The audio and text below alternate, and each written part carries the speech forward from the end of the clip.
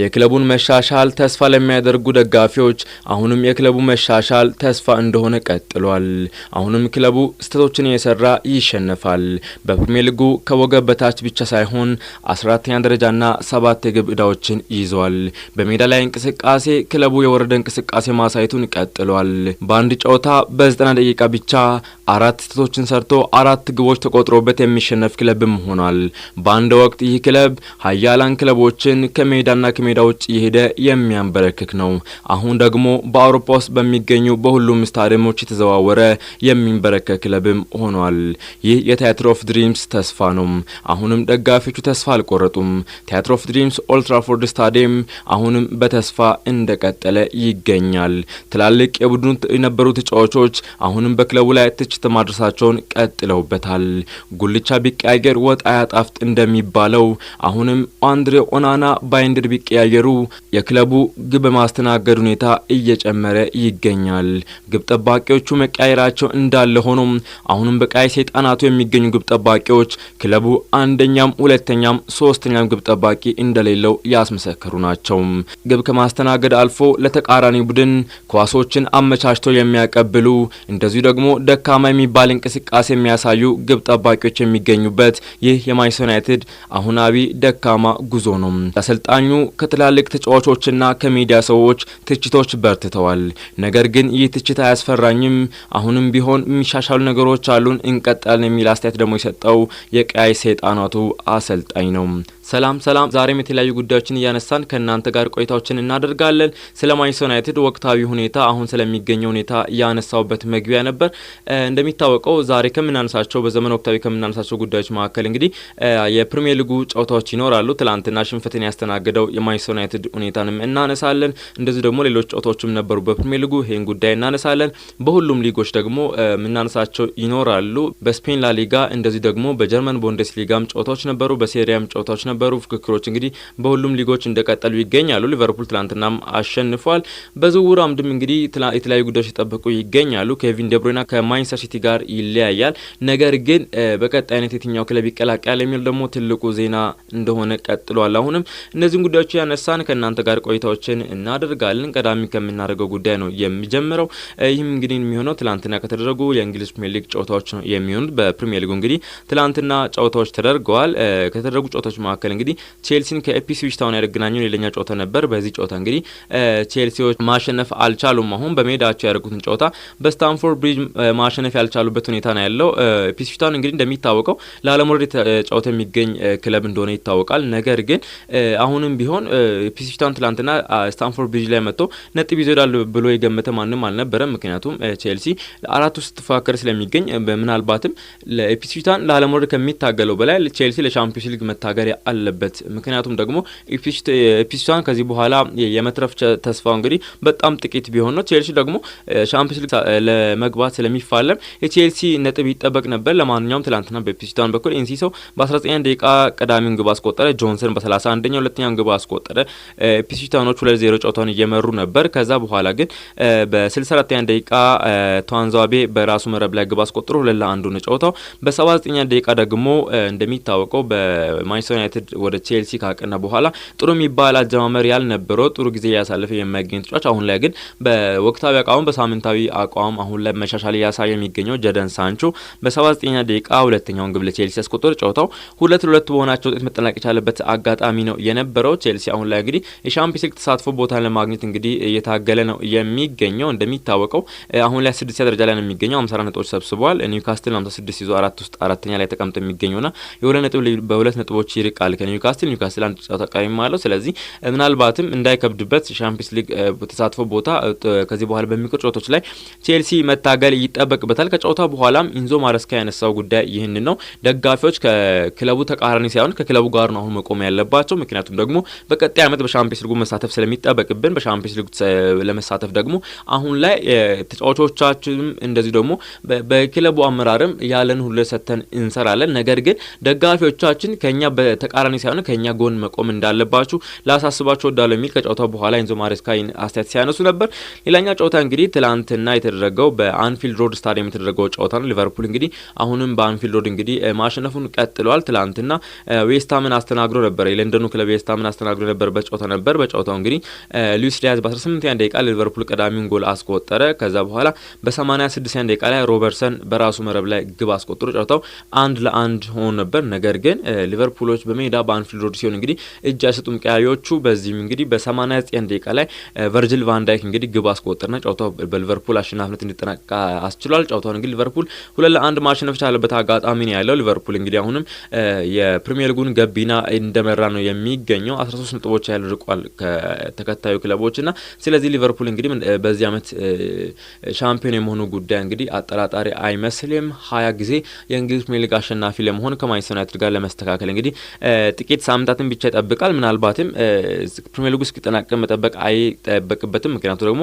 አሁን ላይ በ13 ነጥቦች ርቆ ስለሚገኝ ከዚህ በኋላ ከአንድና ከሁለት ጨዋታ በኋላ ወይንም ከተከታዮቹ ላይ ባለው ነጥብ መጣል ላይ ተመስርቶ ሻምፒዮን መሆኑን የሚያረጋግጥበት ነው የሚሆነው። ሌላኛ ጨዋታ የነበረው ትላንትና በሞሊኒክስ ስታዲየም የተደረገው ወልቭራምፕተን ወይም ወልቭስን ከቶተንሃም ስፐርስ ያገናኝ ጨዋታ ነበር። ትላንትና እንግዲህ ወልቮች በሜዳቸው ያደረጉትን ጨዋታ እንግዲህ በቶተንሃም ስፐርስ ላይ የጎል ፌሽታ ነበር ማለት ይቻላል። ትላንትና በዚህ ጨዋታ ላይ 4-2 በሆነ ውጤት ወልቮች ማሸነፍ የቻሉበት አጋጣሚ ነው የነበረው። ግብ በማስቆጠር ረገድም እንግዲህ ወልቮች ቀዳሚ ነበሩ። ራይት አኖር እንግዲህ ትላንትና ይህ አልጄሪያዊ ተጫዋች እንደሚታወቀው በጥር ዝውውር ላይ በማንቸስተር ዩናይትድ በእጅጉ ሲፈለግ የነበረ የግራ መስመር ተከላካይ መስመር ተጫዋች ነው ራይት አይኖር። እንግዲህ አሁንም ማንቸስተር ዩናይትድ በቀጣይም እንግዲህ እይታውን በዚህ ተጫዋች ላይ የሚቀጥላል ተብሎ ሲጠበቅ ነበር በክረምቱ። ይህ ተጫዋች እንግዲህ ትናንትና በወልቭ ቤት ግብ ማስቆጠር ቻለ። ገና በሁለተኛ ደቂቃ ላይ አይትኑር ግብ አስቆጠረ። ወልቮች ቀዳሚ ሆኑ። ከዛም በኋላ ደግሞ የቶተንሃም ተከላካይ ወጣቱ እንግዲህ ብዙ ተስፋ የሚጣልበት ተጫዋች አለ በቶተንሃም በኩል ስፔንስ እንግዲህ ትናንትና በ38ኛ ደቂቃ በራሱ መረብ ላይ ግብ አስቆጠረ። ወልቮች 2-0 ጨዋታውን መምራት ጀመሩ። ከዛ በኋላ ግን በ59ኛ ደቂቃ በሁለተኛ አጋማሽ ላይ ማቲያስ ቴል እንግዲህ ከሞኒክ ወደ ስፐርስ ካቀና በኋላ በስፐርስ ቤት ጥሩ የሚባል አጃመር እያሳየ ይገኛል። ከጥር ዝውውር በኋላ ማቲያስ ቴል ትላንትና በ59ኛ ደቂቃ ለስፐርሶች ግብ አስቆጥሮ ጨዋታው እንግዲህ 2-1 የሚሆኑበትን አጋጣሚ ፈጥሮ ነበር። ነገር ግን በ64ኛ ደቂቃ ላይ ለአርሰን ለወልቭ እንግዲህ ሶስተኛውን ግብ አስቆጠረ። ጨዋታው 3-1 ሆነ። ከዛም በኋላ ደግሞ ሪቻርሊሰን በቶተንሃም በኩል እንግዲህ ግብ አስቆጥሮ ጨዋታው 3-2 እንዲሆን ወይንም ቶተንሃም ምናልባትም ተስፋ ሊኖረው ይሁን እንደ ከዚህ ጨዋታ ከወልቭ እንግዲህ ከሞሊኒክስ ስታዲየም አንድ ነጥብ ይዞ ሊወጣት የሚችልበት ተስፋ አለ ሲባል 3-2 በነበረበት ሰዓት ከአንድ ደቂቃ ልዩነት በኋላ በብዙ ክለቦች በማንቸስተር ዩናይትድ በአርሰናልና በተለያዩ ክለቦች የተፈለገ የሚገኘው ነገር ግን እስከ 2029 ድረስ በክለቡ ቤት ውል አለው። ይህ ተጫዋች ማቲያስ ኩኒያ በ86ኛ ደቂቃ ሪቻርልሰን ካስቆጠረ በአንድ ደቂቃ ልዩነት እንግዲህ ለወልቭ አራተኛውን ግብ አስቆጠረና ጨዋታው በወልቭ 4-2 አሸናፊነት እንዲጠናቀቅ ያስቻለበት አጋጣሚ ነበር ትላንትና። ስለዚህ ቶተንሃም እንግዲህ ትላንትና ወደ ሞሊኒክስ አቅንቶ ሽንፈትን ተከናንቦ የተመለሰበት አጋጣሚ አለ። ፖስት ኮግሉ እንግዲህ አሁንም ሽንፈትን ማስተናገዱን ቀጥሏል። ነጥብ መጣሉንም የቀጠለበት አጋጣሚ አለ። በዩሮፓ ሊግም እንግዲህ ወደ ግማሽ ፍጻሜው ለመቀላቀል ተስፋው የመነመነ የሚገኝበት አጋጣሚ ነው። ለማንኛውም በቀጣይ ጨዋታዎች እንግዲህ የሚወሰን ነው የሚሆነው የቶተንሃም ጉዞ። ሌላኛ ጨዋታ እንግዲህ ትላንትና የተደረገው ጨዋታ ብዙ ሊወራ የሚችልበት ጨዋታ ነው ያለው። ይህም እንግዲህ ኒውካስትል ስታዲየም በሴንት ጄምስ ፓርክ ስታዲየም የተደረገው ጨዋታ ነው። እንግዲህ ኒውካስትሎች እንግዲህ ትላንትና ማንቸስተር ዩናይትድን አስተናግደው እንግዲህ በሰፊ ግብ ልዩነት ማለት ይቻላል 4 ግቦች ስለሆኑ 4-1 በሆነ ውጤት ጨዋታውን ማሸነፍ የቻሉበት አጋጣሚ ነው ያለው። ምናልባት ስለዚህ ጨዋታ ብዙ ማውራት ይቻላል፣ ብዙ ማለት ይቻላል። ነገር ግን ብዙ ተብሎለታል። ብዙ ማለት አያስፈልግም። ምክንያቱም ለጨዋታውን የተመለከተ ደጋፊ ሁሉ ጨዋታውን የተመለከተ ለየትኛው ተመልካችም ይህ የነበረው ጨዋታ ግልጽ ነበር ማለት ይቻላል። በ52252 ደጋፊዎች ፊት ተደርገዋል። ትላንትና ኒውካስሎች ግብ በማስቆጠር ረገድ ቀዳሚዎች ነበሩ። ቶናሊ በ24ኛ ደቂቃ ግብ አስቆጠረ። ከዛ በኋላ በ34ኛ ደቂቃ ላይ አሌሃንድሮ ጋርናቾ ለማንቸስተር ዩናይትድ ግብ አስቆጠረ። ጨዋታው 1-1 ሆነ። ከዚህ በኋላ ነበር እንግዲህ ማንቸስተር ዩናይትዶች ምናልባትም በሁለተኛው አጋማሽ ተሻሽለው ይቀርባሉ። ምናልባትም ከአንድ ጥባን ይዘው ሊወጡ ይችላሉ። ወይንም ደግሞ እንደባለፈው እንደተለመደው ምናልባትም ኦልድ ትራፎርድ ስታዲየም ሲያደርጉ እንደነበሩት የኋላ ኋላ ግብ አስቆጥሮ እንግዲህ ምናልባትም ኒውካስትልን አሸንፈው ሊወጡ ይችላሉ ወይስ ደግሞ እቺን አንድ ነጥብ ይዘው ይጣሉ የሚል ነገር ብዙ ተጠበቅ ነበር። ነገር ግን ከረፍት በኋላ የሆነው ይህ አልነበረም። ከመልበሻ ክፍል ከተመለሱ በኋላ ማንቸስተር ዩናይትዶች እንግዲህ ትላንትና ሮይኪንም ሲገልጽ እንደነበረው በሳይኮሎጂካልም በሜዳ ላይ በሚገኘው እንቅስቃሴም ደካማ ማንቸስተር ዩናይትድ ብሎ ገልጿል ሮይኪን ከጨዋታው በኋላና ምናልባትም ወደ አንድ ወገን ያደላ አስተያየት ቢመስል ቢመስልም ነገር ግን የተመለከትነው ይህንም ነበር ማለት ይቻላል። በጣም ደካማ የነበረው ማንቸስተር ዩናይትድ ተመልክተናል። ትናንትና እንደሚታወቀው 3 ግቦችን አስተናግዷል ከእረፍት በኋላ ይህ የማንቸስተር ዩናይትድ ስብስብ። እንደሚታወቀው ትናንትና ሩበን አሞሪም አንደኛ ግብ ጠባቂ አድርጎ ወደ ሜዳ ይዘው የገቡት እንግዲህ ባይንድርን ነበር ትናንትና። ነገር ግን ከኦናና ባልተናነሰ መልኩ ወይንም ከኦናና በተሻለ መልኩ ስህተትን የሚሰራ ግብ ጠባቂ ማለት ይቻላል። እንደሚታወቀው ከዚህ በፊት ሩበን አሞሪም አንድሬ ኦናናን ቀይረው ባይንድርን ሲጠቀሙ ይህ ለመጀመሪያ ጊዜ አይደለም። ከዚህ በፊትም በተለይ በአውሮፓ ሊግ ጨዋታ ላይ እንደዚህ ደግሞ በሊግ ካፕ ጨዋታ በኤፍኤ ካፕ ጨዋታዎች ጨምሮ ይህን ግብ ጠባቂ ሲያሰልፉት ነበር። የሆነ ጊዜ እንደውም በኤፍኤ ካፑ በተሰለፈበት ጨዋታ እንግዲህ የተሻለ ነገር ማሳየት የቻለበት አጋጣሚ ነበር። በአርሰናል ጨዋታ ማንሳት እንችላለን። በጣም ጥሩ ነገር ሲያሳይ የተመለከትነው ግብ ጠባቂ ምናልባትም በማንቸስተር ዩናይትድ ቤት አንድሬ ኦናናን ሊተካው ይችላል ወይንም የሱን ቦታ ሊወስድ ይችላል ተብሎ ሲጠበቅ ነበር በዛ ጨዋታ ባሳየው እንቅስቃሴ። ይህ ግብ ጠባቂ ትላንትና ግን ስህተቶችን ሰራ ያመሸበት። በተለይ ግቦች ሲቆጠሩ አንዳንድ በተቃራኒው ክለብ አማካዮች በተሻለ መልኩ ለተቃራኒው ቡድን የአጥቂ መስመር ተጫዋቾች አሲስት የሚያደርግ በጣም ከባድ ነው። ይህን ሳውራ እንደሚታወቀው በጣም ትላንትና ምናልባትም ግብ ጠባቂው ላይ ብቻ ማተኮር ሳይሆን ክለቡ ላይ የነበሩ ማዝራዊ የሰራው ስህተት ኳስ መቆጣጠር አለመቻል፣ ኳስ ከእግሩ ስር ባለመልቀቅ ምክንያት ተነጥቆ ግብ የተቆጠረበት ሁኔታ ነበር ትላንትና። ለማንኛውም ደካማ የሚባል እንቅስቃሴ ነው ትላንትና ቀያዮች ሰይጣኖች በሴንት ጄምስ ፓርክ ስታዲየም ያሳዩት። ከዛ በኋላ በ49 ደቂቃ ላይ ባርንስ አስቆጠረ። በ64 ደቂቃ ላይ ባርንስ ደገመ። ጉማሬሽ ደግሞ በ77 ደቂቃ ላይ አራተኛውን ግብ አስቆጠረ። ትላንትና ሩበን አሞሪም ብሩኖ ፈርናንዴዝ እስካይቀር ድረስ ከሜዳ ቀይሮ እስኪያሰጡ የደረሱበት አጋጣሚ ነው የነበረው በትላንትና በሴንት ጄምስ ፓርክ ስታዲየም። ከእረፍት በኋላ ተመለከትነው ማንቸስተር ዩናይትድ እንግዲህ ሰሞንኛ ማንቸስተር ዩናይትድን የማይመስል ማለትም ክለቡ አሁን ላይ የክለቡ ደጋፊዎች ምናልባትም በክለቡ ተስፋ ያደርጉ ነበር። ይህም ግልጽ ነው። ክለቡ በጨዋታ ላይ በሜዳ ላይ በሚደረጉ እንቅስቃሴዎችም እንግዲህ መሻሻሎችን ሲያሳይ ተመልክተናል። በእርግጥ አንድ ሁለት ጨዋታዎችን በስተቀር እንግዲህ በተለይ ከትላልቅ ክለቦች ጋር በሚያደርገው ጨዋታ በተለይ ቶፕ 6 ከሚባሉ በፕሪሚየር ሊግ ውስጥ ከሚገኙ ክለቦች ጋር በሚያደርገው ጨዋታ እንግዲህ የተሻለ እንቅስቃሴን ያሳያል። ነገር ግን ከዛ በኋላ በተለይ በትናንሽ ክለቦች ሳይቀር በፕሪሚየር ሊጉ በእርግጥ ትናንሽ የሚባሉ ክለቦች ባይኖሩ እንኳን ይሄ ከደረጃው ከወገቡ በታች ከሚገኙ ክለቦች ጋር ሲጫወትም ደካማ የሚባል እንቅስቃሴ ሳይቶ የሚሸነፍበት አጋጣሚ ነው ያለው ክለቡና ትላንትና ግን ኒውካስትል በእርግጥ ቀላል ክለብ ሆኖ አይደለም ወይንም በደረጃ ወይም አሁን 4 ውስጥ ያለ ክለብ ነው። 4ኛ ደረጃ ላይ ተቀምጦ የሚገኝ ክለብ ነው ኒውካስትል እንደሚታወቀውና ኒውካስትል ደካማ ሆኖ ሳይሆን ነገር ግን ማንቸስተር ዩናይትድን የሚመጥን እንቅስቃሴ ትላንትና አልተመለከትንም። ምክንያቱም የተሸነፈው አንድም 2 ግቦችን አስተናግዶ አይደለም 4 ግቦችን አስተናግዶ የተሸነፈውን ማንቸስተር ዩናይትድ ነው ትላንትና የተመለከትነው። ስለዚህ በጣም ደካማ የሚባል እንቅስቃሴ ነው ያሳየው። ከጨዋታው በኋላ ደግሞ ብዙ ነገሮች ተብለውለታል። ሮይ ኪን እንግዲህ ዩናይትድ አሁን ላይ በሳይኮሎጂካሊም በሜዳ ላይ በሚያሳየው እንቅስቃሴ እጅግ ደካማ ነው። ከእረፍት በኋላ የተመለከተው ዩናይትድ በጣም ደካማ እንቅስቃሴ ያሳየ በጣም ደካማ የሆነ ክለብ በማለት ገልጾታል። ይህን ደግሞ ዩናይትድ አሁን ላይ ያለው ዩናይትድ በጣም ደካማ መሆኑን ሩበን አሞሪም ያመነ አይመስለኝም የሚል አስተያየት ሰጥቷል ሮይ ኪን ከጨዋታው በኋላ። እንደዚህ ደግሞ ሩበን አሞሪም ከጨዋታው በኋላ የሰጠው አስተያየት ነበር። አሁን ላይ እንግዲህ ክለቡ ብዙ ትችቶች በእኔ ላይ የሚደርሱ ይገኛሉ። ይህን ትችት እኔ አሁን ላይ አልቀበልም የሚል አስተያየትንም ሰጥቷል። በእርግጥ አሁን ላይ ያለው ክለቡ ምን እንደሚመስል ምንም ማድረግ አይጠበቅባቸውም። የእንግሊዝ ፕሪሚየር ሊግ የደረጃ ሰንጠረዡን ማየት ብቻ ነው የሚጠበቅባቸው ብሏል። እንደሚታወቀው 14ኛ ደረጃና 7 የግብ ዕዳዎችን ይዟል። ይህ ማለት እንግዲህ 17ኛ ደረጃ ላይ ተቀምጦ ከሚገኘው ከዌስትሃም የ3 ነጥቦች ልዩነት ብቻ ነው ያሉት።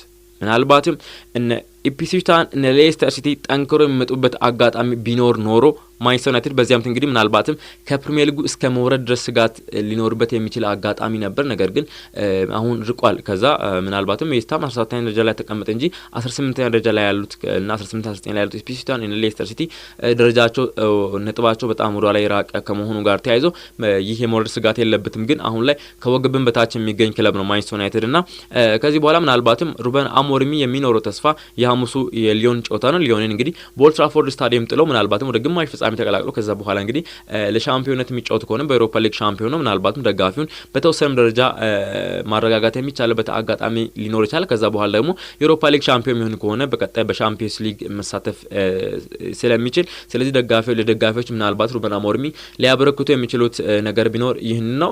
ከዚህ በፊት እንግዲህ እንዳወራ ሩበን አሞሪም ትናንሽ ዋንጫዎችን አሳክተ ክለቡን ማስደሰት አትችልም። ይህ በዋንጫ የታጀበ ክለብ ነው። ትላልቅ ዋንጫዎችን ያሳካ ታሪካዊ ክለብ ነውና በዚህ ክለብ ውስጥ ሆነ ትናንሽ ዋንጫዎችን ማሳካት አይቻልም የሚል አስተያየት እንደሰጡም ይታወቃል። ነገር ግን ዩሮፓ ሊግ በዚህ ደረጃ ትንሽ የሚባለው ዋንጫ አይደለም። ምክንያቱ ደግሞ ዩሮፓ ሊግ ማሳካት ትልቅ ነገር ነው። ይህንንም ያላሳኩ ክለቦች ይገኛሉ በፕሪሚየር ሊጉ በእርግጥና ከዚህም ጋር ተያይዞ ስለዚህ ምናልባትም ዩሮፓ ሊግን ማሳካት የሚችል ከሆነ ትልቅ ስኬት ነው። ምክንያቱ ደግሞ ሻምፒዮንስ ሊግ ተሳትፎን ስለሚያገኝ አሁን ላይ ብዙዎች የሚጫወቱት እንግዲህ በፕሪሚየር ሊጉ የዋንጫ ጉዳይ ከተረጋገጠ በኋላ ቀጣይ የሚሆነው ለሻምፒዮንስ ሊግ ተሳትፎ ነውና ነገር ግን ዩናይትድ በአቋራጭ መንገድ በዩሮፓ ሊግ ሻምፒዮን በመሆን እንግዲህ ይህን ቦታ የሚያገኝ ከሆነ ይህን ለማድረግ ተጫዋቾቹ ያላቸውን ሁሉ መስጠት አለባቸው። ብሩኖ ፈርናንዴዝም ከጨዋታው በኋላ ያለው ይህን ነው። ዛሬ አሳይ ነው በጣም ደካማ እንቅስቃሴ ነው። ነገር ግን በሐሙሱ ጨዋታ ላይ ያለን ሁሉ ሰተን እንጫወታለን። ጨዋታው በኦልድ ትራፎርድ ስታዲየም በመሆኑ የተነሳ ከመጀመሪያ ጀምሮ ግብ አስቆጥረን በመምራት እንግዲህ ጨዋታውን ልዩ ድባብ እንዲኖር እናደርጋለን። ወደ ቀጣይም እንግዲህ ወደ ቀጣይ ዙርም ለማለፍ እንግዲህ ትልቅ ወደ ግማሽ ፍጻሜ መቀላቀል እንፈልጋለን። ትልቅ ትግልም ያለን ሁሉ እንሰጣለን የሚል አስተያየት ብሩኖ ፈርናንዴዝ ከጨዋታው በኋላ ሰጥቷል። ትናንትና እንደሚታወቀው ኒውካስሎች እንግዲህ ኤዲ ሃውን አሰልጣኙ አልነበረም በህመም ምክንያት እንግዲህ ጨዋታው ላይ አልነበረም። ነገር ግን ያሉ ተጫዋቾችና የቡድን አመራሮች እንግዲህ ትልቅ ስኬት ነበራቸው። ማንቸስተር ዩናይትድ ላይ 4 ግቦችን ማስቆጠር የቻሉበት አጋጣሚ ነው የነበረው። በቀጣይ እንግዲህ ደረጃ ሰንጠረዡን ለማንሳት እንሞክር። አሁን ላይ እንደሚታወቀው ሊቨርፑል እንደመራ ነው የቀጠለ የሚገኘው 76 ነጥቦችን ሰብስቧል። ሊቨርፑል የአርነ ስሎቱ ሊቨርፑል እንግዲህ በ76 ነጥቦችና በ43 የንጹህ ግቦች እንግዲህ ፕሪሚየር ሊጉን እየመራ ይገኛል። አርሰናል አሁን ላይ 63 ነጥቦችን ሰብስቦ ነው የሚገኘው። ከመሪው ሊቨርፑል እንግዲህ የ13 ነጥብ ልዩነቶች ይገኛሉ። ከዚህ በኋላ በሚቀሩ ጨዋታዎች እንግዲህ ይህን ማጥበብ እጅግ ከባድ ነው የሚሆነው። በእርግጥ ከትላንት ወዲያ ነጥብ በጣሉበት ጨዋታ ላይ አርቴታ እንግዲህ ከሊቨርፑል አሁንም በብዙ አልራቅንም የሚል አስተያየት ሰጥተው ነበርና ምናልባትም ከዚህ በኋላ ያው ቆይቷል ተስፋ የለውም አርሰናል ሲባል ከተወራ እንግዲህ ብዙ ሳምንታት ተቆጥሯል። ነገር ግን አሁን ደግሞ ግልጽ ተስፋ የለውም የሚያስብል ነው። ምክንያቱም የ13 ልዩነቶች አሉ። ያሉ ጨዋታዎች ደግሞ በጣም ጥቂት መሆናቸው ምናልባት ተአምር ካልተፈጠረ በስተቀር ሊቨርፑል ሻምፒዮን የመሆኑ ጉዳይ አጠራጣሪ አይመስልም። አርሰናል 63 ነጥቦችና 30 ንጹህ ግቦችን ይዞ ሁለተኛ ነው። ኖቲንጋም ፎረስት ደግሞ 57 ነጥቦችን ሰብስቧል። ሶስተኛ ደረጃ ላይ ተቀምጦ ነው የሚገኘው። ኒውካስትል 56 ነጥቦች ነው ያሉት 31 ጨዋታ ብቻ ነው ያደረጉት። ስለዚህ አንድ ጨዋታ እየቀረው 56 ነጥቦችን ሰብስቦ 4 ደረጃ ላይ ተቀምጦ ነው የሚገኘው። ማንቸስተር ሲቲ 55 ነጥቦችን ይዟል፣ 20 ንጹህ ጎሎች አሉ። ስለዚህ በሻምፒዮንስ ሊግ ተሳትፎ ውስጥ አሁን ላይ ኖቲንጋም ፎረስት፣ ኒውካስትል፣ ማንቸስተር ሲቲ፣ ቼልሲ፣ አስቶን ቪላ ትልቅ ትግልን ያደርጋሉ ተብሎ ይጠበቃል። እስከ ኖቲንጋም ፎረስት ያሉ ክለቦች መፈናቀል የሚችሉበት እድል አላቸው። በተለይ ኖቲንጋም ፎረስት 57 ነጥቦችን የያዘው ሶስተኛ ነው። ኒውካስትል 56 ነጥቦችን ይዞ በአንድ ነጥብ ብቻ ዝቅ ብሎ አንድ ጨዋታ ደግሞ እየቀረው አራተኛ ስለሆነ ምናልባት ቀሪ ጨዋታውን ማሸነፍ የሚችል ከሆነ ኢቨን አቻ መውጣት የሚችል ከሆነ ኖቲንጋም ፎረስትን ወደ 4 አውርዶ ሶስተኛ መሆን የሚችልበት አጋጣሚ ነው ያለው የኤዲ ሃው ኒውካስትል። ስለዚህ ኒውካስትል አሁን ላይ 56 ነጥቦችን ይዞ አራተኛ ነው። ማንቸስተር ሲቲ 55 አለው አምስተኛ ነው። ቼልሲ 54 ነጥብ ይዞ ስድስተኛ ነው። አስቶን ቪላ 54 ነጥቦችን ይዞ ሰባተኛ ነው። ስለዚህ እነዚህ ክለቦች እንግዲህ ከሻምፒዮንስ ሊግ እስከ ዩሮፓ ሊግ እና ለኮንፈረንስ ሊግ ትልቅ ተሳትፎ ያደርጋሉ። በእርግጥ አሁን ላይ ባለፈው አርሰናል ማድሪድን ካሸነፈ ጨዋታው በኋላ በፕሪሚየር ሊግ ተረጋግጠው በዚህ ዓመት እንግዲህ በእንግሊዝ ፕሪሚየር ሊግ ክለቦች 5 ክለቦች ለሻምፒዮንስ ሊግ ስለሚሳተፉ እንግዲህ ማንቸስተር ሲቲ ያሉት አሁን ላይ ባለው ወቅታዊ ደረጃ ሰንጠረዥ ለሻምፒዮንስ ሊግ የመሳተፍ ተስፋ አላቸው። ማንቸስተር ሲቲ 55 ይዞ አምስተኛ ላይ ነው ተቀምጠው። ስለዚህ ቼልሲ እና አስቶን ቪላ በቀጣይ እንግዲህ ይህን ቦታ ለማግኘት ምናልባትም አምስተኛ ወይም አራተኛ ለመሆን ትልቅ ትግል ያደርጋሉ ተብሎ ይጠበቃል። በወራጅ ቀጠናው እንደሚታወቀው ሳውዛምፕተን እንግዲህ 10 ነጥቦችን ሰብስበው ቀድሞ ከፕሪሚየር ሊጉ የተወገደ ክለብ መሆኑን አረጋግጧል። ከዛ በኋላ 19ና 18 ላይ ያሉ ክለቦች ደግሞ ሌስተር 18 ነጥቦች አሉት። እንደዚህ ደግሞ ኢፕስዊች ታውን ደግሞ 21 ነጥቦችን ሰብስቦ ነው የሚገኘውና ስለዚህ ምናልባትም የእነሱም የመውረድ ጉዳይ አሁን ላይ እርግጠኛ ይመስላል። ምክንያቱም አሁን ላይ ካለው እንግዲህ ወደ 14 ነጥብ ልዩነቶች እንግዲህ ርቆ ይገኛሉና ይህ ደግሞ በጣም ሰፊ ነው። ዌስትሃም 35 አለው። እንደዚህ ደግሞ ኢፕስዊች ታውን 21 ነጥቦችን ይዞ 18 ላይ ተቀምጦ የሚገኘውና በ18ኛና በ17ኛ ክለብ መካከል እንግዲህ የ14 ነጥቦች ልዩነቶች ስላሉ ምናልባትም የጊዜ ጉዳይ እንጂ አሁን ኢፕስዊች ታውንና ሌስተር ሲቲ ሳውዛምፕተን መከተላቸው የማይቀር ይሆናል ከአንድ ወይም ከሁለት ጨዋታ በኋላ። ይህ ደግሞ የሚረጋገጥ ነው የሚሆነው። ስለዚህ አሁን ላይ ምናልባትም በፕሪሚየር ሊጉ የሚወርዱ ክለቦችም የታወቁ ነው የሚመስለው። ሻምፒዮን የሚሆነው ክለብም ኦልሬዲ እየታወቀ ነው የሚገኘው። ሊቨርፑል በሰፊ ነጥቦች እየመሩ ይገኛል። ስለዚህ ምናልባትም የሻምፒዮንስ ሊግ ጉዳይ እሱም ሊቨርፑል ኦልሬዲ ሻምፒዮንስ ሊግ ውስጥ መኖሩን አረጋግጧል። ከዛ በኋላ አርሰናልም ምናልባት ሻምፒዮንስ ሊግ ቦታን ያገኙ ይመስላል። ከዚህ በኋላ 3 ክለቦች በሻምፒዮንስ ሊግ ተሳትፈው ከሚያደርጉት ተጠባቂ ጨዋታዎች ውጪ በፕሪሚየር ሊጉ ከዚህ በኋላ የሚጠበቁ ጉዳዮች የማይኖሩ ነው የሚመስሉት።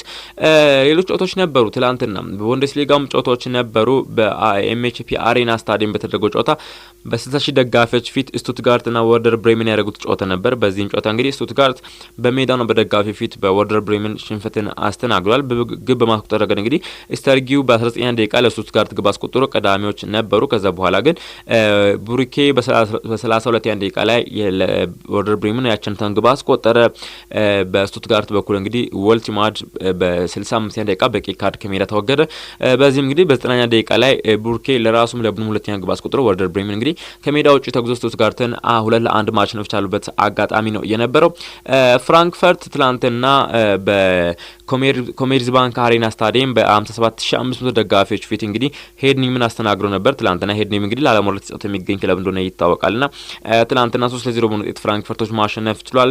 በሆያ በ10ኛ ደቂቃ ኮች በ42ኛና ኢኬቲኬ በ71ኛ ደቂቃ 3 ግቦችን ለፍራንክፈርት አስቆጥሮ ፍራንክፈርቶች እንግዲህ 3-0 በሆነ ውጤት ጨዋታውን ማሸነፍ ቻሉበት አጋጣሚ ነው የነበረው። ነገር ግን ከዚህ በኋላ ሙኒኮች በሁለት ጨዋታ ነጥብ ማሳካት የሚችሉ ከሆነ በሁለት ሶስት ጨዋታ ላይ ነጥብ ማሳካት የሚችሉ ከሆነ ሻምፒዮን መሆናቸው የሚያረጋግጡ ነው የሚሆነው። እንደሚታወቀው የቡንደስሊጋ ሳምንት 35ኛ ላይ እንደሚያበቃ ይታወቃልና ከዚህ ጋር ተያይዞ ሙኒኮች አሁን 69 ነጥቦችን ሰብስበዋል። ከዚህ በኋላ ወደ 6 ጨዋታዎች ይቀራሉ። ነገር ግን ሊቨርኩሰኖች በ63 ነጥብ ይከተላሉ። የ6 ነጥብ ጋፖች አሉ በመካከላቸው። ምናልባትም ሊቨርኩሰን ከዚህ በኋላ ነጥብ የሚያጥል ከሆነና ሙኒክ ደግሞ በአንጻው ነጥብ የሚጥል ከሆነ ምናልባትም ሊቨርኩሰን እንዳምናው ባይሆንም ዋንጫ መድገም የሚችልበት አጋጣሚ ሊኖር ይችላል። አምና እንደሚታወቀው ሳይሸነፍ በቡንደስሊጋው የተሞሸረ ክለብ እንደነበር ይታወቃል ሊቨርኩሰን እና በዚህ ዓመት ደግሞ ሽንፈቶችንም ሲያስተናግድ ነበር። በተለይ አጀማመሩ ጥሩ አልነበረም የጃቪው ክለብ ሊቨርኩሰን እና ምናልባትም በዚህ ዓመት ትልቅ ተስፋ ባይባልም የሙኒክን ነጥብ መጣል ተከትሎ ወይንም ነጥብ የሚጥላቸው ከሆነ ሙኒክ ከዚህ በኋላ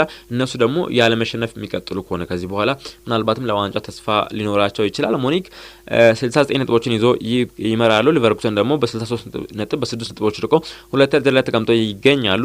ኢንትራ ፍራንክፈርት ደግሞ 51 ነጥቦችን ሰብስበው እንግዲህ አሁን ላይ በ11 ነጥቦች ርቀዋል ከሁለተኛ ደረጃ ላይ ከሚገኘው ሊቨርኩሰንና በተለይ አሁን ለአርቢ ሌቪጆች ነው የሚቀርቡት። ሌቪጆች እንግዲህ 48 ነጥቦችን ይዞ አራተኛ ደረጃ ላይ ተቀምጠዋል። ከሶስተኛ ከሚገኘው ፍራንክፈርት እንግዲህ የ3 ነጥብ ልዩነቶች ብቻ ነው ያሏቸውና ምናልባትም ኢንትራ ፍራንክፈርት እንደሚታወቀው ምናልባትም ኦማር ማርሙሽን ለማንቸስተር ሲቲ ከሰጡ በኋላ በሲዝኑ መሀል አካባቢ ጀምሮ ጥሩ የሚባል ጊዜን እያሳለፉ አይደለም የሚገኙት ኢንትራ ፍራንክፈርቶችና አሁን ላይ ምናልባትም ሻምፒዮንስ ሊግ ተሳትፎ ለማግኘት ነው የሚጫወቱት። ከዚህ በኋላ አርቢ ሌቪጆች 48 ይዞ አራተኛ ናቸው። ሜንዝ እንግዲህ 46 ነጥብ ይዞ አምስተኛ ደረጃ ተቀምጦ ይገኛል። በቡንደስሊጋ ወራጅ ቀጠና ውስጥ የሚገኙት እንግዲህ ሆልስቴን ክሌ አንደኛዎቹ ናቸው። ማለትም በወራጅ ቀጠናው ግርጌ ነው የሚገኙ 18 ነጥቦችን ይዞ 18ኛ ናቸው።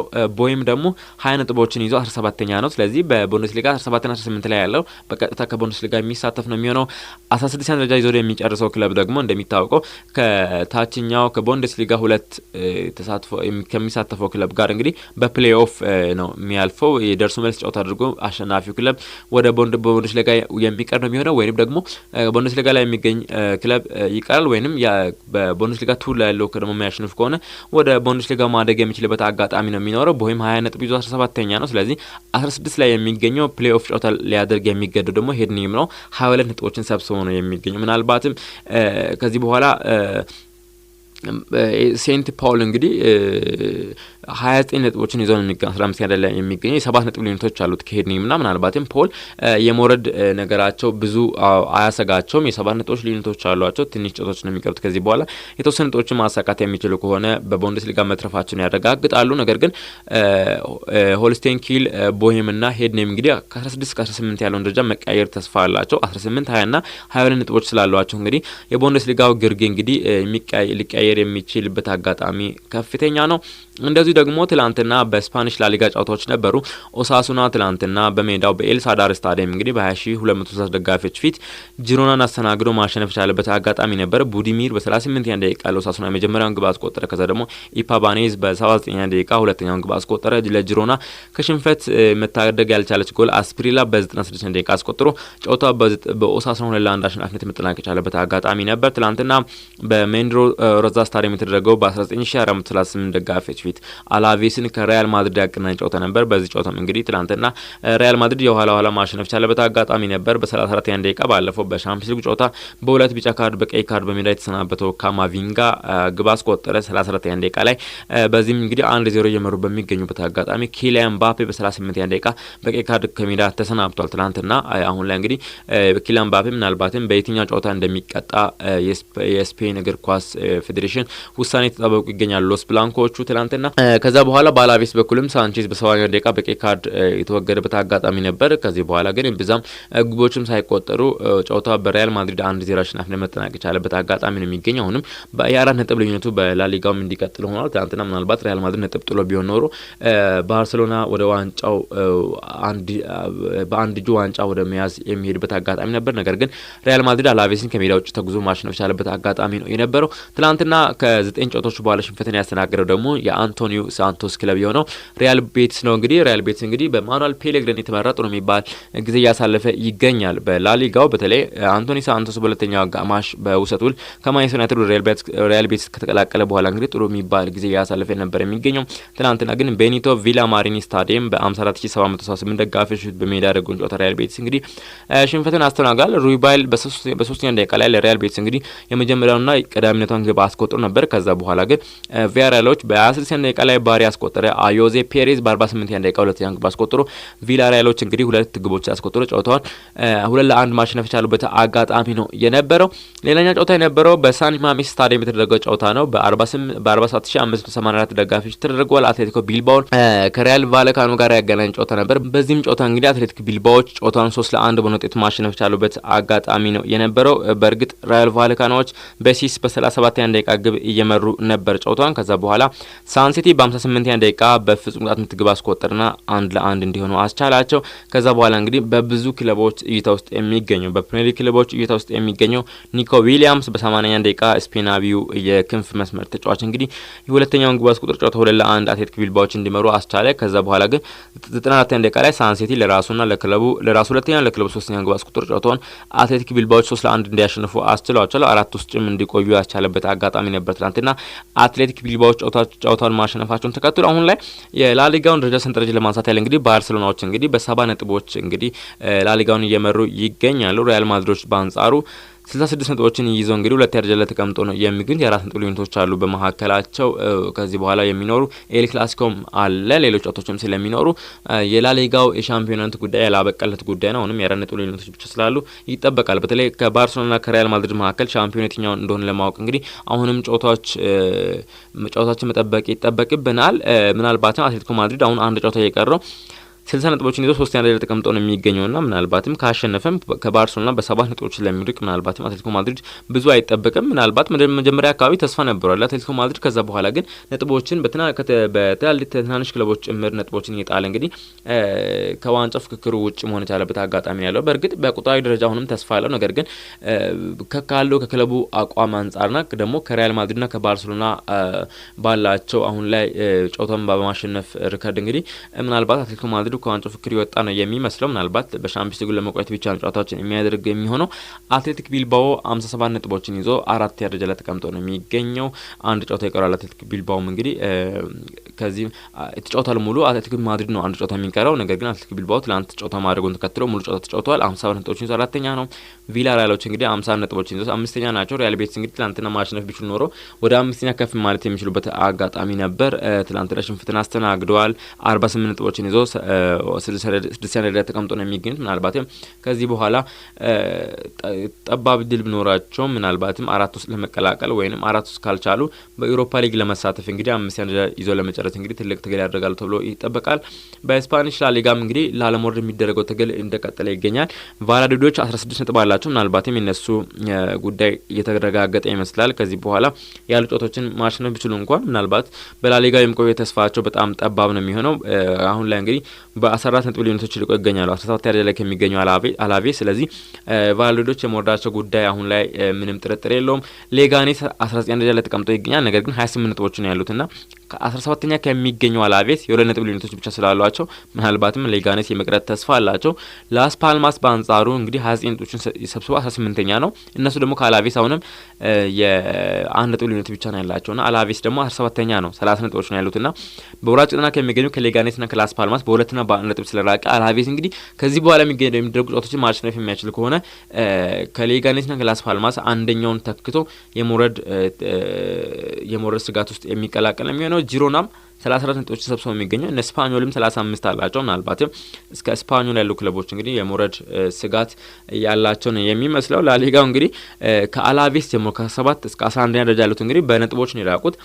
አላቬስ 30 ነው፣ ጂሮና 34፣ ስፓኞል 35፣ ሲቪያ 36፣ ቫሌንሲያ 37፣ ኦሳሱና 38፣ ጌታፌ 39፣ ራዮ ቫልካኖ 40፣ ሪያል ሶሲዳድ 41 እስከ 9ኛ ደረጃ የተቀመጠው ሪያል ሶሲዳድ እንግዲህ በአንድ ነጥቦች እንግዲህ ርቋል። ከሌጋኔስ ከ19ኛ ደረጃ ላይ ከተቀመጠው 28 ነጥብ ከያዙ ጀምሮ እስከ 9ኛ ደረጃ የሚገኘው ሪያል ሶሲዳድ 10 ክለቦች እንግዲህ በአንድ ነጥቦች እየወረዱ እንግዲህ እስከ 9ኛ ደረጃ ያለውን ደረጃ የያዙበት አጋጣሚ ነው ያለውና ምናልባትም የላሊጋው ላለመውረድና ለሻምፒዮናነት የሚደረገው እንደዚሁም ለሻምፒዮንስ ሊግ የሚደረገው ፍክክር እንግዲህ እንደቀጠለ ነው የሚገኘው። ትላንትና በሴሪያም ጨዋታዎች ነበሩ። በሴሪያው ከተደረጉ ጨዋታዎች መካከል እንግዲህ አታላንታ በጊዩሲ ስታዲየም እንግዲህ ትላንትና ቦሎኛን ማሸነፍ ችሏል። ቦሎኛ እንግዲህ አሁን ላይ በዚህ አመት በሲዝኑ ጠንካራ የሚባል ፍክክር ያደርጉ ከሚገኙ ከሴሪያ ክለቦች መካከል አንደኛ ነው። አታላንታ ደግሞ ለሻምፒዮንነት ተስፋ ነበረው የሆነ ጊዜ ላይ፣ ከዛ በኋላ ግን በትናንሽ ክለቦች ላይ ሽንፈትን እያስተናገደ እንግዲህ ነጥቦችን የጣለ ከሻምፒዮንነት አሁን ላይ ከኢንተር በብዙ ነጥቦች ርቋል። ወደ 10 ነጥቦችን ርቆ ነው የሚገኘው አታላንታና ትላንትና ግን ማሸነፍ ቻለበት አጋጣሚ ነበር። ሬቲጊ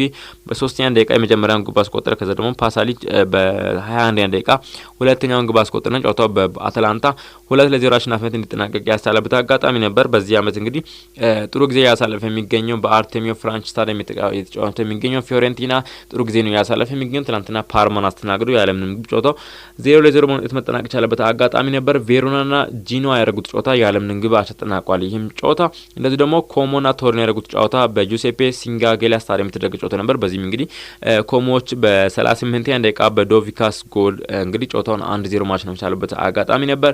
በኦሎምፒኮ ስታዲየም የተደረገ ጨዋታ ላዚዮን ከሮማ ያገናኝ ጨዋታ ተጠባቂ ጨዋታ ነበር። ይህም ጨዋታ እንግዲህ በሁለተኛ አጋማሽ በተቆጠሩ 2 ግቦች እንግዲህ 1-1 በሆነ ውጤት ጨዋታ መጠናቀቅ ችሏል። ሮማ ጊኖሊ በ47ኛ ደቂቃ ላይ ላዚዮ መጀመሪያውን ግብ አስቆጠረ። ነገር ግን ማልቫኖ በ69ኛ ደቂቃ ለሮማ ቻንታግማ አስቆጥሮ ጨዋታው 1-1 በሆናቸው ውጤት መጠናቀቅ ቻለበት አጋጣሚ ነው ያለው። ኢንተር ሚላን 71 ነጥቦችን ሰብስቦ እንግዲህ ሴሪያውን እየመራ ነው የሚገኘው። ናፖሊ ዛሬ ጨዋታውን እስኪያደርግ ድረስ ነው ከኢምፖሊ ጋር ዛሬ ናፖሊ ጨዋታ አለው።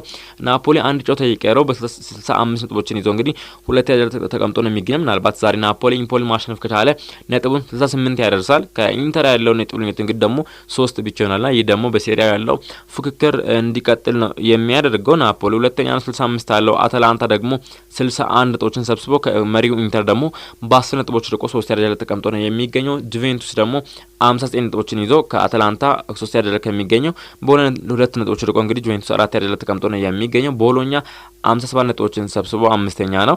በላለመውረድ ደግሞ ከሚደረጉት ንቅንቅ መካከል እንግዲህ ሞንዛ 15 ነጥቦችን የያዙትና ከ17ኛ ላይ ከሚገኘው ሊቼ ደግሞ በ9 ነጥቦች በ11 ነጥቦች የራቁበት አጋጣሚ ነው ያለው። ይህም እንግዲህ ሞንዛ የመውረድ ሁኔታ እንግዲህ አሁን እርግጥ የመጣ ይመስላል። ቬኔዚያ 24 ነጥቦችን ይዟል። ኢምፖሊም 24 እኩል ነጥቦች አላቸው። ቬኔዚያና ኢምፖሊ ዛሬ ኢምፖሊ ከናፖሊ ጨዋታ የሚያደርግ ነው። ምናልባት ከናፖሊ ነጥብ ማግኘት የሚችሉ ከሆነ ወይንም ናፖሊ ማሸነፍ የሚችልበት አጋጣሚ ካለ ኢምፖሊ ከወራጅ ቀጠናው የሚወጣበት አጋጣሚ ነው ያለው። ሊቼ ተከትሎት ይገባል። ነገር ግን ኢምፖሊ ከ17 ደረጃ ከፍ ብሎ ሊቼ ደግሞ ወደ ወራጅ ቀጠና የሚወርድበት አጋጣሚ አለ። ነገር ግን ዛሬ የሚደረጉ ጨዋታ ኢምፖሊ ማሸነፍ የሚችል ከሆነ ከወራጅ ቀጠና ይወጣል። ናፖሊ የሚያሸንፍ ከሆነ ደግሞ ከኢንተር ሚላን በ3 ነጥቦች ብቻ የሚርቅ ስለሆነ ይህ ጨዋታ ዛሬ እንግዲህ ተጠባቂ ጨዋታ ነው የሚሆነው በኢምፖሊና በናፖሊ መካከል የሚደረገው ጨዋታ። ቬኔዚያና ኢምፖሊ 24 እኩል ነጥቦች አላቸው። ሊቼ 26 ነጥቦችን ይዞ 17ኛ ነው። በወራጅ ቀጠናው ስጋት እንግዲህ ቬኔዚያ፣ ኢምፖሊ፣ ሊቼ፣ ፓርማ እና ካግሊያሪን ጨምሮ ላለመውረድ የሚታገሉ ክለቦች ነው የሚሆኑት ከዚህ በኋላ በሴሪያው። ትላንትና በፍሬንች ሊግ ዋንም ጨዋታዎች ነበሩ። በዚህም ሴንቲቴንና ብሬስት ያደረጉት ጨዋታ 3-3 በሆናቸው ውጤት መጠናቀቅ ቻሉበት አጋጣሚ ነበር። በሴንቲቴን በኩል ኢስታሲኒ ካርዶና 2 ግቦችን አስቆጥሮ ጨዋታው ሴንቲቴን 3 ግቦችን አስቆጥሮ ተጫዋቾች ነበሩ። በብሬስት በኩል ደግሞ አጆርኬ 2 ግቦችን ሲያስቆጥር ደግሞ ሲማ 1 ግቦችን አስቆጥሯል። 1 ግብ አስቆጥሯል። በዚህም እንግዲህ ጨዋታው 3-3 በሆናቸው ውጤት መጠናቀቅ ቻለበት አጋጣሚ ነበር። አንገርስና ሞምፔሊየር ያደረጉት ጨዋታም ተጠባቂ ጨዋታ ነበር። ትላንትና በአንገርስ በኩል ሊፓውል በሁለተኛና በ43ኛ ደቂቃ ሁለት ግቦችን አስቆጠረ። በዚህም እንግዲህ ጨዋታውን 2-0 አንገርስ ማሸነፍ ቻለበት አጋጣሚ ነበር። ሊሃቪል በሜዳው በደጋፊ ትላንትና በስታድ ኦሽን ስታዲየም 5-1 በሬኒስ መሸነፍ ቻለበት አጋጣሚ ነበር። ሟንጋ ለሊሃቪል ብቸኛውን ግብ አስቆጠረ። ለሬኒስ 5 ግቦችን ደግሞ ማቶሴዋ፣ አሲንጊኖኒ፣ ሙንጋ እና ደግሞ አልታማሪ ጎሜዝ 5 ግቦችን ለሬኒስ ማስቆጠር ቻሉበት አጋጣሚ ነበር። አግጀርና ሊዮን ያደረጉት ጨዋታ በሊዮን 3-1 አሸናፊ ሲጠናቀቅ በአግጀር በኩል ሴናያኮ ግብ አስቆጠረ። ለሊዮን 3 ግቦችን ደግሞ ሚካው ታውደዚ በፍጹም ቅጣት ምት፣ ቼሪኪ በ62ኛ ና ላካዚቴ በ84ኛ ደቂቃ 3 ግቦችን አስቆጥሮ ሊዮን ከሜዳ ውጭ ተጉዞ 3-1 ማሸነፍ ቻለበት አጋጣሚ ነበር። ፒኤስጂ ሻምፒዮን መሆኑን ኦልሬዲ አረጋግጧል። 74 ነጥቦችን ሰብስቦ አንደኛ ነው። ሞናኮ 53 ነጥቦችን ይዞ ሁለተኛ ነው። ማርሴይ በ52 ሶስተኛ ነው። እንደዚህ ደግሞ በወራጅ ቀጠና ውስጥ የሚገኙት ሞንፔሊየር 15 አለው። ሴንቲቴን 24 ነጥቦችን ይዞ በወራጅ ቀጠና ውስጥ የሚገኙ ክለቦች ናቸው። ዛሬም ጨዋታዎች ቀጥሎ ይደረጋሉ። ቦርንማውዝ ከፉላም ምሽት 5 ሰዓት ሲል በፕሪሚየር ሊጉ የሚጠበቅ ጨዋታ ነው የሚሆነው። እንደዚህ ደግሞ በስፓኒሽ ላሊጋ የሚጠበቅ ጨዋታ ላይ አትሌቲኮ ማድሪድ ከሪያል ቫላዶሊድ ጨዋታቸውን ያደርጋሉ። በሴሪያው ሻምፒዮን ለመሆን የሚፎካከሩና ላለመውረድ የሚታገለው ናፖሊ ከኢምፖሊ ምሽት 4:45 የሚጠበቅ ጨዋታ ነው የሚሆነው። አድማጮች ከዚህ በማስከተል እንግዲህ ዝውውር ነክ መረጃዎች ወደ እናንተ እናድርስ። ኢንተር ማያሚ አሁን ላይ እንግዲህ አንድ የፕሪሚየር ሊግ ተጫዋቾችን በነጻ ዝውውር ለማስፈረም እንግዲህ ትልቅ ፍላጎት እንዳደረባቸው የተለያዩ ሚዲያዎች እየዘገቡ ይገኛሉ። ኢንተር ማያሚዎች እንግዲህ አሁን ፍላጎት እያሳዩ የሚገኙ ተጫዋቾች እንግዲህ በማንቸስተር ሲቲ ቤት የሚገኘው 33 ዓመት ላይ የሚገኘው ቤልጂየማዊ የመሃል ሜዳ ሞተር 33 ዓመት ላይ የሚገኘው ኬቪን ደብሩይና ነው የሚሆነው። ኬቪን ደብሩይና በዚህ ዓመት ከማንቸስተር ሲቲ ጋር እንደሚለያይ ሲታወቅ ጀምሮ ብዙ ክለቦች እየፈለጉት ይገኛሉ። ኢንተር ማያሚ ደግሞ ከሰርጂዮ ቡስኬት ጋር በማጣመር እንግዲህ በኤምኤልኤሱ በሜጀር ሊግ ሶከር እንግዲህ ፈርጥ ለመሆን እንግዲህ እየተጉ ነው የሚገኙት። ከሰርጂዮ ቡስኬት ጋር ያጣምራሉ። በፊትም ስሩ ሊዮ ሱዋሬዝና ሊዮኔል ሜሲ አሉ። ስለዚህ ክለቡን ለማጠናከር እንግዲህ ያሰቡት ብቸኛው አማራጭ አሁን ላይ እንግዲህ ኬቪን ደብሩይናን እያሰቡ ይገኛሉ። 33 ዓመት ላይ የሚገኘው ኬቪን ደብሩይና ደግሞ ምንም ምላሽ ስላልሰጠ እስካሁን ድረስ ምናልባትም በቀጣይ ጊዜ ምን እንደሚፈጠር የምናይ ነው የሚሆነው። የሳውዲ አረቢያ ክለብ አልናስር እንግዲህ አሁን ላይ ኮሎምቢያዊውን የመስመር ተጫዋች ሉዊስ ዲያዝን እያሰቡ ይገኛሉ። 28 ዓመት ላይ የሚገኘው ሉዊስ ዲያዝ እንግዲህ አሁን ላይ በአልናስርም የተፈለገ ነው የሚገኘው። በአንጻሩ ደግሞ ምናልባትም በክረምቱ ዝውውር ቪኒሲየስ ጁኒየርን የሚያጡ ከሆነ ሪያል ማድሪዶች እንደ አማራጭ ያዙት ሉዊስ ዲያዝን ነው። 28 ዓመት ላይ የሚገኘው ሉዊስ ዲያዝ ምናልባትም ቪኒሲየስ ጁኒየር ወደ ሳውዲ ሊያቀና ይችላል የሚሉ መረጃዎች ሲጠበቁ ስለሚገኙ ምናልባትም ቪኒሲየስ ጁኒየርን የሚያጡ ከሆነ በሱ ምትክ ደግሞ ሉዊስ ዲያዝን እያሰቡ ይገኛሉ። ስለዚህ ሉዊስ ዲያዝ በሪያል ማድሪድም በአልናስርም ተፈለገ ስለሚገኝ በቀጣይነት እንግዲህ ምን ሊኖር እንደሚችል በክረምት ዝውውር የምናየው ነው የሚሆነው። ኤቨርተን እንግዲህ አሁንም ተጫዋች ለማስፈረም እንግዲህ ሌሎች ክለቦችን ለፉክክር ተቀላቅሏል። ሊያም ዴላፒ በኢፕስዊች የሚገኘው 22 ዓመት ላይ የሚገኘው ሊያም ዴላፒ እንደሚታወቀው ኢፕስዊች እንግዲህ ለመውረድ ከጫፍ ደርሶ ነው የሚገኘውና ኢፕስዊች ወደ ታችኛው ሊግ የሚወርድ ከሆነ ወደ ሻምፒዮንሺፕ የሚወርድ ከሆነ ተጫዋቾችን ሊያጣ የሚችልበት አጋጣሚ ላይ ከነዚህ መካከል እንግዲህ ተፈልጉ የሚገኙ ተጫዋቾች የፊት መስመር ተጫዋቹ ሊያም ዴላፒ ነው። እንግሊዛዊ ተጫዋች እንግዲህ 21 ዓመት ላይ ነው የሚገኘው 22 ዓመት ላይ ነው የሚገኘውና ስለዚህ ኤቨርተን ተጫዋቾችን ለማስፈረም ፍላጎት አለው። ማንቸስተር ዩናይትድና አርሰናልን ጨምሮ ተጫዋቹ ፈላጊ መሆናቸው ይታወቃልና ምናልባት ተጫዋቹ ቀጣይ ማረፊያ የት ሊሆን የሚችል የሚለው የሚጠበቅ ነው የሚሆን። ኒውካስትሎች እንግዲህ በጄንክ እና በግሪክ መሀል ሜዳ ተጫዋች በሆነው ኮንስታንቲኖስ ካሬስታስ ላይ ፍላጎት ማሳየታቸውን ቀጥሏል። 17 ዓመቱ ላይ የሚገኘው ይህ ተጫዋች እንግዲህ በኒውካስትል ተፈለገ ይገኛል። ነገር ግን ተጫዋቹ በባየር ሙኒክ በናፖሊና በሌሎች በፕሪሚየር ሊግ ክለቦች እንግዲህ እየተፈለገ ነው የሚገኘው። ኒውካስትል እሱም ብቻ ሳይሆን እንግዲህ አሁን ላይ በአይቮሪ ኮስታዊውን ግብ ጠባቂ ያህያ ፎፋና 24 ዓመቱ ላይ የሚገኘውን ግብ ጠባቂ የተመለከቱ ነው የሚገኙት። በአንገርስ ቤት እንግዲህ ጥሩ የሚባል ቆይታዎችን ያሳለፈ የሚገኘውን ግብ ጠባቂ እንግዲህ እንደ አማራጭ የተመለከቱ ይገኛል። ኒውካስትል እሱም ብቻ ሳይሆን እንግዲህ ኤዲ ሃው እንግዲህ የራምስዴል አድናቂም ናቸው። ራምስዴል እንግዲህ ከሳውዛምፕተን ጋር መውረዱን ተከትሎ ኒውካስትልም እየፈለጉት ይገኛሉ። ሌሎች ክለቦችም የራምስዴልን እየፈለጉ ስለሚገኙ ምናልባትም ኒውካስትል ራምስዴልን ማያስፈርም ከሆነ የሃይ ፎፋናን የማስፈረም እንደሚችሉ 24 ዓመቱ ላይ የሚገኝ ተጫዋች ነው ሃይ ፎፋና። ስለዚህ ይህን ተጫዋችም እንደ ግብ ጠባቂ ለማስፈረም ፍላጎት አላቸው። ሌላኛው መረጃ የሚሆነው አርሰናል ናቸው። አርሰናል እንግዲህ አሁንም ፍላጎት አላቸው። ነገር ግን ምናልባትም ሊተው እንደሚችሉ መረጃዎች ይወጡ ይገኛሉ። በአያክስ ቤት የሚገኘው 19 ዓመቱ ተከላካይ ጆሬል ሃቶን ይመለከታል። ምናልባት በዚህ ክረምት ሊያስፈርሙ አስበውት ነበር። ነገር ግን ሊተውም እንደሚችሉ መረጃዎች እየወጡ ይገኛሉ። ምናልባትም ጃኮብ ኪዌር ከክለቡ የሚለቅ ከሆነ ይህን ተጫዋች ያስፈርማሉ። አለበለዚያ ግን ጃኮብ ኪዌር ላይ መስራት እንደሚያስቡ መረጃዎች ይወጡ ይገኛሉ። ምናልባትም አርሰናል ደግሞ አሁን ላይ በውሰት ያደረጉት ውል ራሂም ስተርሊንግን ከቼልሲ እንደተቀበሉ ይታወቃልና ራሂም ስተርሊንግን በቋሚነት የማስፈረም ውል እንደሌላቸውና ለቼልሲ ተጫዋቹን እንደሚመልሱ መረጃዎች እየወጡ ነው የሚገኙት። ቼልሲ አሁንም እንግዲህ 35 ሚሊዮን ዩሮ ያህል ወይም 30.3 ሚሊዮን ፓውንዶችን ለመክፈል ፍቃደኛ ናቸው። ለአሜሪካዊው መሀል ሜዳ ተጫዋች ጆኒ ካርዶስ 23 ዓመቱ ላይ ይገኛል። አሁን በሪያል ቤቲስ ቤት የሚገኝ ተጫዋች ነውና ምናልባትም ቦርንማውዞችም ቼልሲዎችም ተጫዋቹን ይፈልጋሉ። ምናልባትም ቼልሲ ደግሞ ወደ 35 ሚሊዮን ዩሮ ለመክፈል ፍቃደኛ ነው። ስለዚህ ምናልባትም ጆኒ ካርዶስ 23 ዓመቱ ላይ የሚገኘው ወደ ቼልሲ ወይም ወደ ቦርንማውዝ የማቅናቱ እድል ከፍተኛ እንደሆነ መረጃዎች ይወጡ ይገኛል።